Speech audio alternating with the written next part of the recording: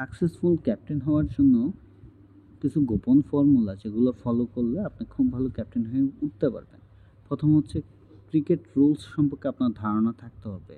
Batting হোক, bowling হোক সেটা উইকেট কিপিং অথবা হোয়াইট বল, নো বল সবগুলো সম্পর্কে যদি ভালো ধারণা থাকে তবে একজন ভালো ক্যাপ্টেন হয়ে উঠতে পারবেন। তারপর হচ্ছে সিচুয়েশন যাই হোক না কেন সবসময় মাথা ঠান্ডা রেখে ডিসিশন নিতে পারাটা হচ্ছে সবচেয়ে বড় চ্যালেঞ্জিং কাজ। তো চেষ্টা করবেন মাঠের পরিস্থিতি যাই হোক সবসময় মাথা ঠান্ডা রেখে ডিসিশন নেওয়া। এবার আসি টিমমেট সম্পর্কে আপনার ভালো ধারণা থাকতে হবে। কোন টিমমেটে কেমন ব্যাটিং করে, কেমন বোলিং করে, কীরকম সিচুয়েশন কী করে, ওই জিনিসগুলোতে তাকে কাজে লাগাতে হবে। যদি এগুলো লাগাতে পারেন তাহলে হচ্ছে যে আপনি একজন ভালো ক্যাপ্টেনের পরিচয় দিতে পারবেন। এবার আসি টস অ্যাডভান্টেজ। অনেক সময় দেখবেন পিচ খারাপ, পিচ ভিজা থাকে, আউটফিল্ড স্লো থাকে। তো চেষ্টা করবেন যখনই আপনি টস জিতবেন তখনই চেষ্টা করবেন এই জিনিসগুলো কাজে লাগানোর জন্য।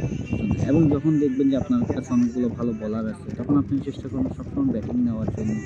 এই কাজগুলো করতে পারলে আপনার টিম সবসময় ম্যাচ জিতবে। এবার আসি সেমভাবে খেলা। আপনি যেরকম আপনার টিমমেট থেকে ভালো পারফরমেন্স আশা করেন, আপনার টিমমেটরাও কিন্তু একজন ক্যাপ্টেন থেকে ভালো পারফরমেন্স আশা করে। তো সেমভাবে পারফর্ম করার চেষ্টা করুন। যখন দেখবেন যে ক্যাপ্টেনে পারফর্ম করতেছে তখন টিমের রেজাল্ট অন্যরকম। এখন তারপরে হচ্ছে যে কোন প্লেয়ার কেমন খেলে। অনেক সময় দেখবেন যে কেউ অল্প বলে বেশি রান করে, আবার কেউ বেশি বলে অল্প রান করে। তো তাকে কোথায় ব্যাটিং করালে আপনার টিমের জন্য ভালো হয়, কোথায় বোলিং করালে আপনার টিমের জন্য ভালো হয়, এই জিনিসগুলো সম্পর্কে আইডিয়া রাখা এবং তাকে কাজে লাগানো। যদি লাগাতে পারেন তাহলে অবশ্যই ভালো খেলতে পারবেন। এবার হচ্ছে নতুন প্লেয়ার।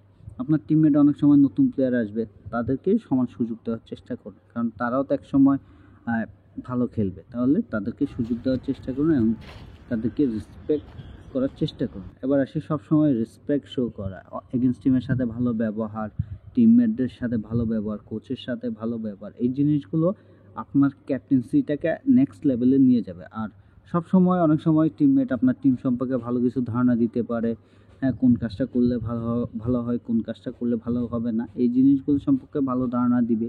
এই জিনিসগুলো নেওয়ার চেষ্টা করা আর খেলাটাকে সবসময় এনজয় করতে শিখুন, তাহলে আপনার ম্যাচ জেতার সম্ভাবনা বেশি হবে। আবার অনেক সময় দেখা যাবে টিমমেটদের মধ্যে দ্বন্দ্ব সৃষ্টি হয়েছে, তো চেষ্টা করুন যত তাড়াতাড়ি দ্বন্দ্বটা বন্ধ করা যায়, তবে একজন ভালো ক্যাপ্টেন হয়ে উঠতে পারবেন।